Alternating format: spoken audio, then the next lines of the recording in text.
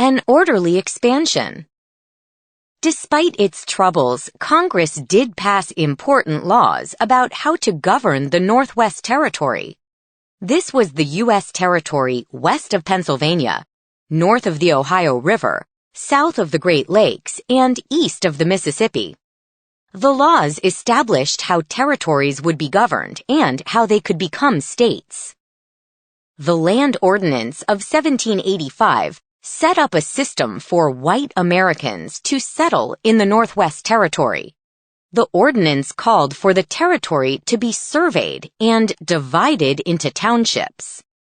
Each township would then be further divided into 36 sections of 1 square mile each, 640 acres.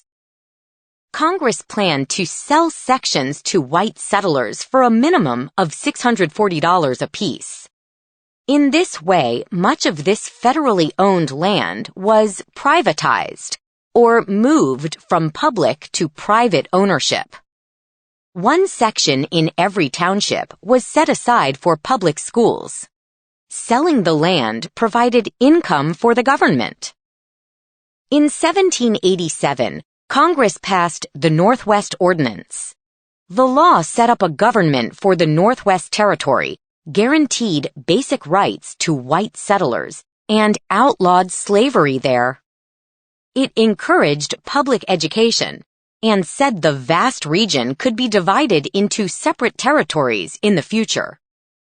The Northwest Ordinance stated that new territories should be admitted as new states rather than become part of existing ones.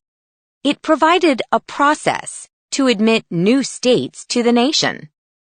Once a territory had a population of 60,000 free white settlers, it could ask Congress to be admitted as a new state. Ohio, Indiana, Illinois, Michigan, and Wisconsin were created from the Northwest Territory. However, the lands in this area were already home to American Indian nations.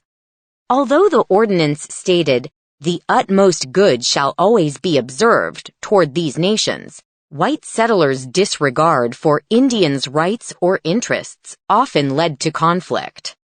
Despite the drawbacks of the Articles of Confederation, the laws Congress created relating to the Northwest Territory proved to be a major success.